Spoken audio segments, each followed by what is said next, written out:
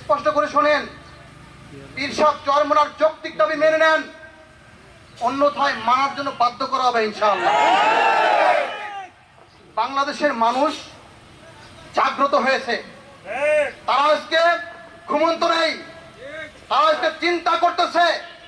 এই দুঃখ দুর্দশাগ্রস্ত জনতার কথা চিন্তা করে পীর সাহেব চরমোনাই আগামী জাতীয় সংসদ নির্বাচন পেয়ার পদ্ধতির দাবি তুলেছেন।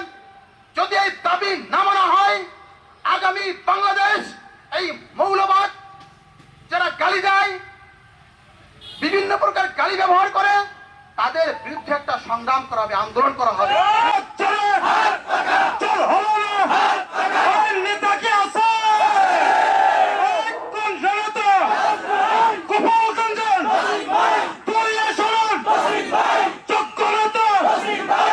গণহত্যার বিচার আগামী জাতীয় সংসদ নির্বাচন পিয়ার পদ্ধতির মাধ্যমে যাতে অনুষ্ঠিত হয়, এই যৌক্তিক দাবিতে আজকের এই গণমিছিল ও সমাবেশ।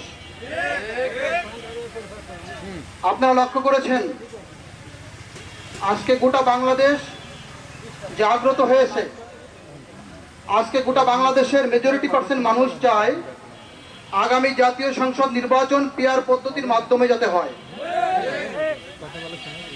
পীর সাহেব চরমোনাই 2008 সাল থেকে এই যৌক্তিক দাবি তৎকালীন থেকে সরকারকে বলে আসতেছে, বুঝায় আসতেছে, কিন্তু যারাই ক্ষমতায় যায় তারাই দুঃখ দুর্দশাগ্রস্ত জনতার কথা ভুলে গিয়ে তারা তাদের পাতানো নির্বাচনের মাধ্যমে ক্ষমতায় যাওয়ার নির্লক্ষ্যতা তৈরি করে। সালে 5ই আগস্টে জনগণের মাইন্ডেড না বুঝলে কি হয়, জনগণ সেটা দেখিয়ে দিয়েছে। প্রিয় উপস্থিতি, আমরা চাই আগামী জাতীয় সংসদ নির্বাচন পিয়ার পদ্ধতির মাধ্যমে হোক। এ ব্যাপারে আমরা একমত। সরকার সহ যারা এই পিয়ারের বিরোধিতা করতেছেন তাদেরকে বলবো, পীর সাহেব চরমোনার এই যৌক্তিক দাবি যদি আপনাদের কর্ণগহরে না পৌঁছায় কি হবে জানেন? অন্যান্য নেতারা বলে, আমি নাম ধরেই বলি, আওয়ামী লীগের ভাইরাও বলতো, মেজরিটি পার্সেন্ট জনগণও বলতো, উবায়দুল কাকা একজন নেতা, তার কথা শুনে মানুষ হাসতো, কৌতুক করত, কি বলবে না কি বলবে চিন্তাও করতে পারতো না। নাম হলো উবায়দুল কাকা। আপনি যদি পীর সাহেব চরমোনাইয়ের যৌক্তিক দাবি আর অন্যান্য নেতাদের দাবির সাথে একমত করেন যে মানলে মানলাম, না মানলে কি হয়, না মানলে না মানলাম, স্পষ্ট করে শোনেন, পীর সাহেব চরমোনার যৌক্তিক দাবি মেনে নেন, অন্যথায় মানার জন্য বাধ্য করা হবে ইনশাআল্লাহ। বাংলাদেশের মানুষ জাগ্রত হয়েছে, তারা আজকে ঘুমন্ত নেই, তারা আজকে চিন্তা করতেছে।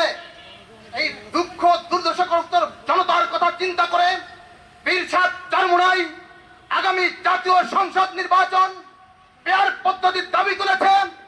যদি এই দাবি না মানা হয়, আগামী বাংলাদেশ এই মৌলবাদ যারা গালি দেয়, বিভিন্ন প্রকার গালি ব্যবহার করে, তাদের বিরুদ্ধে একটা সংগ্রাম করা হবে, আন্দোলন করা হবে। সেই আন্দোলনে যারা বিদেশি প্রভুদের এজেন্ডা বাংলাদেশে বাস্তবায়ন করতে চায়, তাদেরকে বাংলাদেশে থাকতে দেওয়া হবে না। বাংলাদেশ প্রেমিকরা বাংলাদেশে থাকবে, বাংলাদেশের জনগণের কথা যারা চিন্তা করে তারাই বাংলাদেশে থাকবে। বাংলাদেশের জনগণের রাজনীতি যারা করেন, এরা বাংলাদেশের জনগণের চিন্তা ফিকির করে রাজনীতি করে। প্রিয় উপস্থিতি, একটা কথা না বললেই নয়, সরকারের অধীনে এই বাংলাদেশ ব্রিজ মানে আমরা ঐক্যবদ্ধভাবে এই বাংলাদেশ গড়বো ইনশাআল্লাহ। প্রিয় উপস্থিতি, এখনই মিছিল হবে।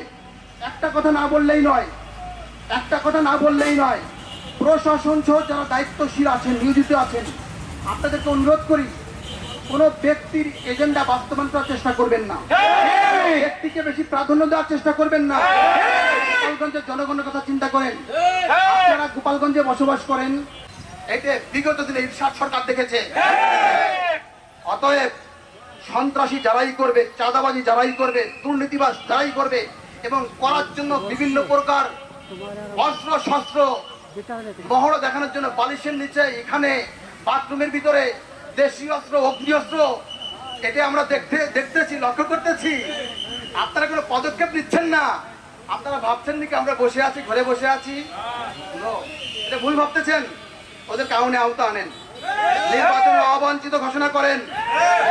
আমরা নির্বাচন তো তারা করবে যারা ভালো মানুষ, সৎ, যোগ্য। হ্যাঁ, কথা ঠিক না? সৎ যোগ্য মানুষের জন্য রাজনীতি, অসৎ ব্যক্তির জন্য রাজনীতি না। দেওয়া লাগবে না। বয়স্ক ভাতা পাওয়ার জন্য কোন মানুষকে চাঁদা দেওয়া লাগবে না। ঘরে বসে পাবেন, কথা দিচ্ছি। একটাবার হলো পীর সাহেব চরমার হাতকে শক্তিশালী করে হাত পাকায় ভোট দেন। এই উদাত্ত আহ্বান করে আজকের সমাবেশে যারা উপস্থিত হয়েছেন সকলকে ধন্যবাদ জানিয়ে আমি আমার বক্তব্য শেষ করছি।